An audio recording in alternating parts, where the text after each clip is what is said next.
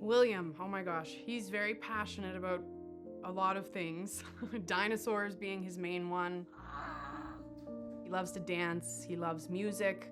He's all over the house, he's climbing, he's doing everything. I really don't know where to start. The resiliency on this kid, man, it's unbelievable.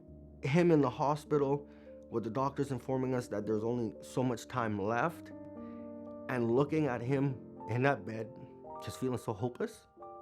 He was fighting that whole time. When he was 19 months old, that's when he got sick. Everything was fine.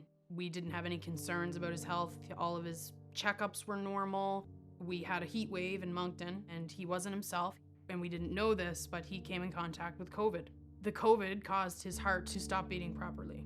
And this happened very quickly over the span of a few hours. We went from having a perfectly healthy child to one that was essentially dying.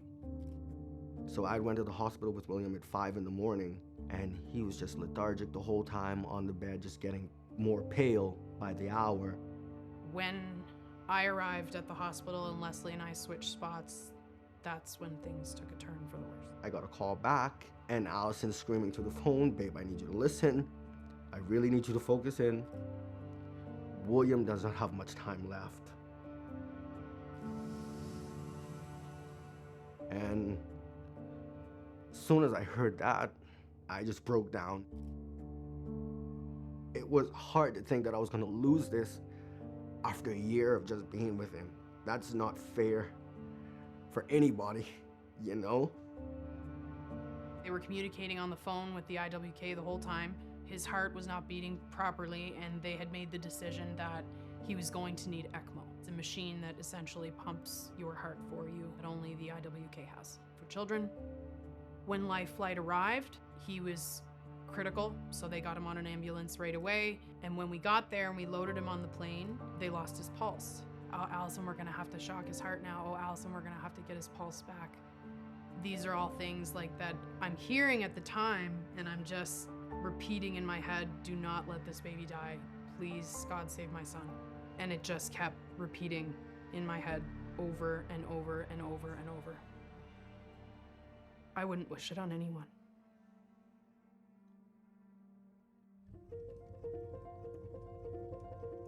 The care that he received from the moment he showed up, it was unbelievable. We arrived so quickly, and he was so acute, like his heart was failing. Like the second we pulled up to the IWK, everybody was ready to help.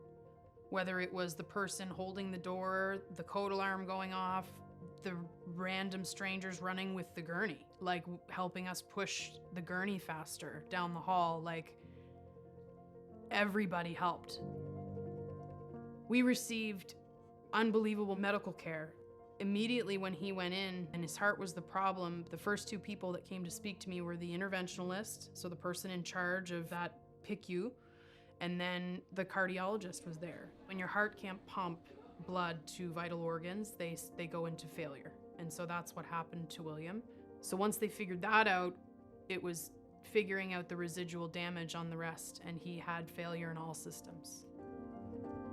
They would constantly come in every day to reassure me that everything was okay, or that what was going on with him, here's the information. The support was unbelievable from all sides, and it's the reason I think that William is here. I truly don't think that he would be here without the help. And I can't just pick one. It was so many departments: music therapy, child life, everyone. And that was the whole journey while we were in the hospital, was getting him metabolically right so that he could go home. Yeah. Seeing him come out of all of that, the fact that the doctors were able to give me him back and still being able to see him be the kid that he is.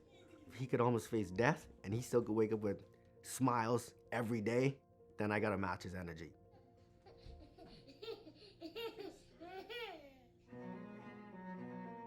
His healing process is still coming along. Coming home, we have a huge amount of support as well. So that was one thing that they really made sure we had before leaving, was that we had a full team here.